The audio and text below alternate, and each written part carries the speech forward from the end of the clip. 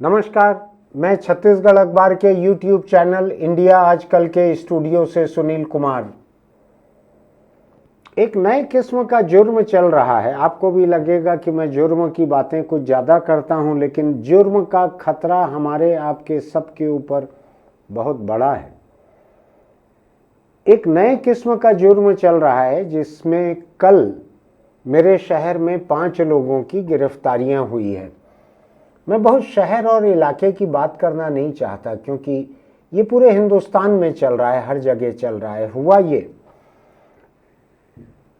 कि एक गिरोह बन गया। उस गिरोह में 2 महिलाएं थी, 3 आदमी थे, 5 लोग थे। ये लोग फ़ोन करके कहीं किसी को वाईफाई लगाने के लिए बुलाते थे, कहीं किसी काम के लिए बुलाते थे। कहीं इस गिरोह की महिलाएं फ़ोन करके कोई नंबर पता लगाकर लोगों से दोस्ती कर लेती थी, फिर उनको बुलाती थी सेक्स वगैरह का लालच देकर। कुछ लोग भुगतान करके सेक्स खरीदने के लिए पहुंच जाते थे, चाहे जैसे पहुंचे हों। हो सकता है शिकायत करने वाला, जैसे बहुत सारे लोग शिकायत करने सामने ही नहीं आए कि पैसा भी डूबा, ब्लैकमेल भी हो गए। अब और पुलिस अदालत में जाके अपना चेहरा दिखाएं क्या कि हम प्रॉस्टिट्यूशन के लिए गए थे, सेक्स खरीदने गए थे और उसमें हमारे साथ धोखा हो गया। पुलिस और 2 जूता मारेगी या झापड़ मारेगी कि और कोई तरीका नहीं था, नाली में पैसा फेंक देते इससे अच्छा। तो बहुत सारे लोग रिपोर्ट लिखाने को तैयार नहीं होते, लेकिन एक लड़के ने रिपोर्ट लिखाई है और उसके आधार पर 5 लोगों को गिरफ्तार किया गया है। इस गिरोह में 2 महिलाएं, 3 आदमी टेलीफोन करके लोगों को उलझाते थे, किसी काम के बहाने से बुलाते थे। वाईफाई लगाना है, कुछ और लगाना है। आजकल तो आसान है। आजकल आप खाना ऑर्डर कर दो तो ज़ोमैटो से ऑर्डर आता है, स्विगी से ऑर्डर आता है, खाना पहुंचाने लोग आते हैं, कुरियर पहुंचाने के लिए लोग आ जाते हैं। एक ही शहर में लोग जन्मदिन पर फूलों का गुलदस्ता भेज देते हैं। पता लगेगा ये गिरोह अपने ही नाम से खुद ही पैसा दे रहा है कि इस एड्रेस पे ये फूलों का गुलदस्ता पहुंचा दो। कोई नौजवान गुलदस्ता पहुंचाने गया, उसको कोई महिला बोलेगी, अरे मेरे जन्मदिन का गुलदस्ता लाए हो, भीतर आ जाओ, केक खा के जाओ। और फिर वहां पे 2 लोग पुलिस बन के पहुंच जाते हैं कि ये धंधा चला रहे हो, यहाँ पे प्रॉस्टिट्यूशन, वेश्यावृत्ति कर रहे हो। तो अलग अलग हालत होगी, किसी के कपड़े कुछ खुले होंगे, किसी के नहीं खुले होंगे। मैं उस पर जाना नहीं चाहता, लेकिन मैं जुर्म का एक नया तरीका जरूर बतलाना चाह रहा हूं। तो इस बात को समझने की ज़रूरत है कि किसी भी तरह से टेलीफोन करके उलझाया जा सकता है, काम के बहाने बुलाया जा सकता है। आमतौर पर डिश एंटीना, वाईफाई लगाने वाले या खाना पहुंचाने वाले जवान नौजवान रहते हैं, उनकी अपनी ज़रूरतें रहती होगी, उनको फंसाना। खैर, मैं कैसे कह सकता हूं कि बुजुर्गों को फंसाना मुश्किल रहता है, जवान को आसान रहता है। हो सकता है उल्टा भी हो इसका। सभी को सावधान रहने की ज़रूरत है। मैं एक मामले में सावधान रहने की कोशिश करता हूं कि सड़क के किनारे कोई अकेली या महिला रात बिरात अगर लिफ्ट मांगे तो क्या किया जाए। मैं कई बार दुविधा में रहता हूं कि लिफ्ट दी जाए कि न दी जाए। मेरी गाड़ी में जगह है, उसको उसी तरफ जाना है, तो क्या किया जाए, मैं अभी तक तय नहीं कर पाया हूं। मुझको ये भी लगता है कि अगर मैं ऐसी कोई लिफ्ट दूं तो उसके पहले, गाड़ी का दरवाज़ा खोलने के पहले, मुझको अपने मोबाइल फ़ोन पर वीडियो कैमरा ऑन कर लेना चाहिए या ऑडियो रिकॉर्डिंग ऑन कर लेना चाहिए, ताकि वो बैठ के जितनी बात करे वो कम से कम रिकॉर्ड होती चले। लेकिन ये पूरा बचाव नहीं है, इसलिए मुझको कोई माहिर विशेषज्ञ मानकर, जानकार मानकर आप पूरा भरोसा मत करना इस बात पर। लेकिन फिर भी छोटी सी सावधानी बता रहा हूं। जहां कहीं आपको ऐसा लगे कि आपके साथ धोखा हो सकता है, धमकी चमकी, झूठी शिकायत हो सकती है, आप ऑडियो या वीडियो रिकॉर्डिंग जो आपके लिए आसान हो करना शुरू कर दीजिए। वीडियो रिकॉर्डिंग में भी अगर कैमरा सामने नहीं दिख रहा है तो कम से कम ऑडियो रिकॉर्डिंग तो साथ साथ होते चलेगी। अपने आप को बचाना इन दिनों बहुत ज़रूरी इसलिए हो गया है। मैं आपको साफ साफ कहूँ कि इन दिनों खून खराबे वाले जुर्म घट गए हैं कि किसी को चाकू मारकर, चाकू दिखाकर, पिस्तौल दिखाकर लूट लेना, ये कम हो गया है। मुझको लगता है कि अधिकांश जुर्म जो हैं अभी टेलीफोन पर, इंटरनेट पर हो रहे हैं, व्हाट्सएप पर हो रहे हैं, वीडियो कॉल चालू करवा कर हो रहे हैं। आप देख रहे हैं ना, रोज साइबर मुजरिम तरह तरह से जुर्म कर रहे हैं। तो इसको समझने की ज़रूरत है कि ये कहाँ तक पहुँचेगा ये सिलसिला, आप इसमें कितने सावधान रह सकते हैं। तो मैं फिर लौट के आता हूँ, कल की जो बात बतला रहा हूँ मैं आपको, जो 5 लोग गिरफ्तार हुए हैं उसमें जो 2 महिलाएं गिरफ्तार हुई हैं उसमें भी मुझको थोड़ी सी दिक्कत हो रही है। आमतौर पर माना जाता है कि कोई अल्पसंख्यक है या दलित आदिवासी हैं या समाज व्यवस्था में जो नीची समझे जाने वाली जाति है उसके लोग जुर्म ज़्यादा करते होंगे। मुझको थोड़ी सी हैरानी हुई कल जब गिरफ्तार लोगों में मैंने नाम देखे तो 2 शादीशुदा महिलाएं उसमें हैं, 2 शादीशुदा महिलाएं उसमें हैं। एक वैश्य समाज की है, एक ब्राह्मण समाज की है। हम मान के चलते हैं कि ये समाज जो हैं दूसरे लोगों के मुकाबले अधिक पढ़े लिखे हैं, शायद अधिक संपन्न भी रहते होंगे, दलित आदिवासियों के मुकाबले तो रहते ही होंगे। जो 5 लोग गिरफ्तार हुए हैं उसमें एक कोई सिंह भी है, एक सिख है उसमें, एक कोई और भी है। ऐसा अलग अलग 5 जातियों के लोग हैं।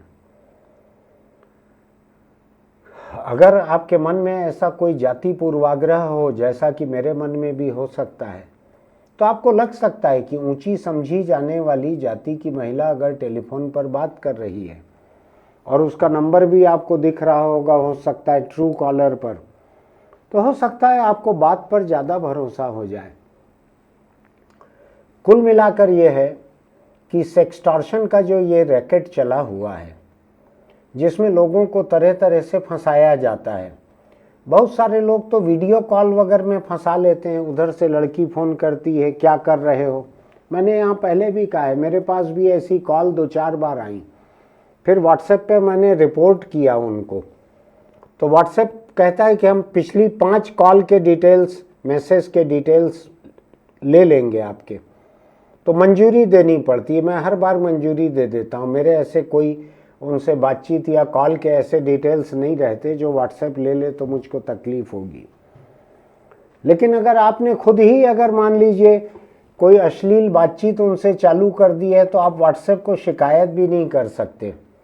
पुलिस तक जाना जो है बड़ा मुश्किल रहता है। पुलिस को पता लगेगा, साथ साथ आपके बीवी बच्चे, थाने के 5 लोग, आपका वकील, अदालत के लोग, बाबू, सब लोग देखते हैं अच्छा तुम ही बेवकूफ़ हो। वो तुम ही बेवकूफ़ हो जो कपड़े उतार दिए थे एक वीडियो कॉल पर। तो एक बात समझ लीजिए, जो क्रिप्टो करेंसी का फ्रॉड, शेयर मार्केट में कमाई का फ्रॉड, ये एक तरफ रहा। जो सेक्स को लेकर जो एक ऑनलाइन और टेलीफोन पर जो फ्रॉड चल रहा है ये और भयानक है। आप ये तो कह सकते हैं कि शेयर मार्केट में कमाई का लालच देकर मुझको लूट लिया, ठग लिया, जालसाजी कर दी, आप जा सकते हैं पुलिस में। सेक्स वेक्स के मामले में जाने में आपको शर्म भी आएगी। परिवार को क्या मुंह दिखाऊंगा। आप घर में चाय पीते बैठे रहेंगे, घर वाले ध्यान से देखेंगे। मरने की उम्र आ गई है, अभी तक लड़की बोलती है तो कपड़े उतार दे रहे हो मोबाइल फ़ोन पे। कुछ तो हमारी भी इज्जत का ख्याल रखा होता। कहीं कोई जवान लड़का रहे तो घर वाले बोलेंगे हम लोग तुम्हारे लिए लड़की ढूंढ रहे थे, तुम इस धंधे में पड़े हुए हो, कौन देगा अब तुमको लड़की। हर एक के लिए, हर उम्र के मर्द के लिए, मर्द ही आमतौर पे फंसते हैं इसमें। हर उम्र के मर्द के लिए घर वाले अलग अलग तर्क निकाल सकते हैं। कोई अधेड़ रहे तो उसको कहेंगे अब तुम्हारे बाल बच्चों की उम्र हो गई है ये धंधा करने की, तुम अभी तक इसको छोड़ नहीं पा रहे हो, लगे हुए हो। तो लोग शर्म के मारे रिपोर्ट नहीं करते हैं, ब्लैकमेलिंग के शिकार हो जाते हैं, पैसा दे देते हैं, रिपोर्ट नहीं करते हैं। तो मैं कोई बहुत बड़ी बात कहने के लिए यहाँ नहीं आया हूँ, केवल मामूली सावधानी गिनाने के लिए आया हूँ। आपको कोई टेलीफोन करे, आपसे सड़क पे आपकी गाड़ी को रोक कर लिफ्ट ले, आपके ऑफिस में कोई, पहले आते थे लोग डिक्शनरी या जनरल नॉलेज की किताब बेचने के लिए, लड़के लड़कियां दोनों आते थे। मैं किसी के खिलाफ नहीं हूँ, किसी सेल्समैन या किसी सेल्स गर्ल के, लेकिन अगर आपके पास आए तो आपको सावधान रहना चाहिए।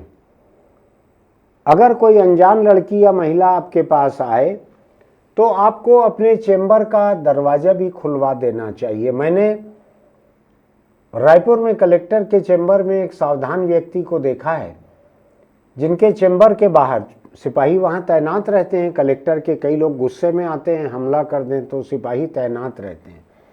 वहाँ पे एक महिला सिपाही रहती है, उसको ये इंस्ट्रक्शन है कि जैसे ही कोई महिला अकेले आए, महिला लड़की शिकायत लेके कागज़ देने को अकेले आए, वैसे ही वो महिला सिपाही भीतर आकर खड़े हो जाती है दरवाजे के पास में, तो कमरे में एक महिला की मौजूदगी रहे। ये सावधानी बहुत ज़रूरी है। मैं किसी महिला को या हर महिला को साजिश में हिस्सेदार नहीं बता रहा हूँ, लेकिन कानून ऐसा है कि लोगों को अधिक सावधान रहना चाहिए। ये जो मामला, ताज़ा मामला सामने आया है, मैं हैरान हूँ कि 2 शादीशुदा महिलाएं, 3 मर्द, 5 लोग मिलके, और इन्होंने पैसा कैसे लिया है?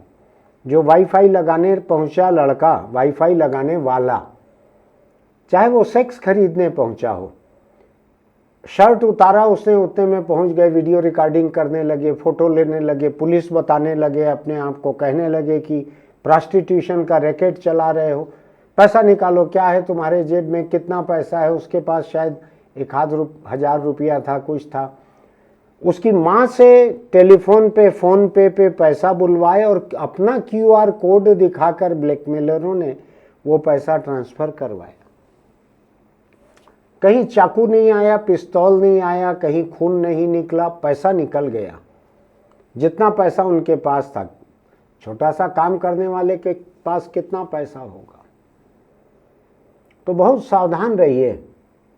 इस तरह की हरकतों में कोई लड़की, महिला फ़ोन कर ले, कुछ कर ले, बुला ले, कपड़े उतार दें, कहे मोबाइल फ़ोन पर, वो एक लाइन जगह जगह लोग लिखते हैं, बुलाती है लेकिन जाने का नहीं है। आपने पढ़ा होगा, कहीं कहीं सोशल मीडिया पे लिखते हैं लोग, मैं नहीं जानता कॉन्टेक्स्ट क्या है उसका, कुछ इसी तरह का होगा। बुलाती है, बुलाएगी बहुत, लेकिन जाने का नहीं है।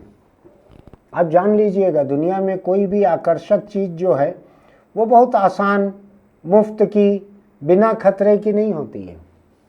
कुछ न कुछ खतरा जुड़ा रहता है। आप ऐसा मान के मत चलिए कि कोई लड़की आपके ऊपर फिदा हो गई है, आपको बुला रही है, आपके साथ सेक्स को उतावली हो रही है। ऐसा होता नहीं है। कुछ एक रील्स ऐसी रहती है, मैंने देखा है कि पिज़्ज़ा डिलीवरी करने वाले को पकड़ के भीतर बुला लिया महिला ने, तो कहीं कोई AC रिपेयर करने वाले को, नल रिपेयर करने वाले को महिला लुभा रही है। ऐसा कहीं कहीं देखा है। तो मुझको लगता है इनको देख देख के लोगों के दिमाग में ये बात बैठी होगी कि महिला है, घर में अकेली है, तो उसको ज़रूरत होगी। ऐसे धोखे में मत रहिएगा। आप न केवल लुट जाएंगे, बल्कि एक हाथ झूठी शिकायत भी आपके खिलाफ हो जाएगी, तो बलात्कार और छेड़खानी के जुर्म में अंदर अलग चले जाएंगे। तो मैं आज ये सावधानी बतलाने के लिए आपको आया हूँ। न किसी जात धर्म के प्रभाव में आइएगा कि इस जात के लोग अच्छे होंगे, इस धर्म के लोग अच्छे होंगे, इस कॉलोनी के, ये संपन्न कॉलोनी है, यहाँ के लोग अच्छे होंगे, अंग्रेज़ी बोलने वाली महिला अच्छी होगी। कुछ मान के मत चलिए। आप खुद अच्छे बने रहिए, आप खुद अच्छे बने रहिए, सावधान बने रहिए, लापरवाही मत कीजिए, खतरे में मत पड़िए। अपने परिवार के प्रति आपकी इतनी जवाबदेही बनती है। आज मैं अलग से कोई नसीहत नहीं दूंगा, क्योंकि ये पूरा का पूरा एपिसोड आज का नसीहत के ऊपर ही है। सेक्स वगैरह को लेके ऐसे मत उलझिए। मान लीजिए कहीं न किसी तरीके से आपको मुफ्त में भी सेक्स मिल गया, मान लीजिए, क्या होगा उसका? ऐसे अनजाने सेक्स के साथ में बीमारियों का खतरा बहुत बड़ा जुड़े रहता है। समझ लीजिए उस बात को। मैं एक खतरा और आपको बतलाता हूँ। ये थोड़ा बालिग बात हो जाएगी, लेकिन मैं बतलाता हूँ आपको।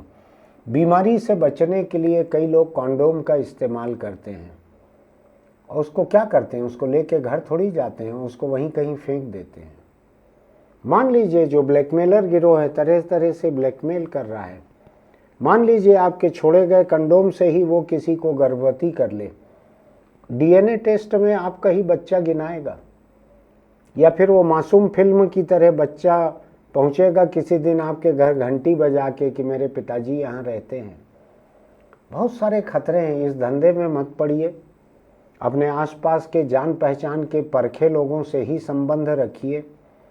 अनजाने लोगों से ठगने से, लूटने से, बदनाम होने से, बीमारी पाने से और एक अनचाही संतान का पिता बनने से बचना चाहिए हर समझदार व्यक्ति को।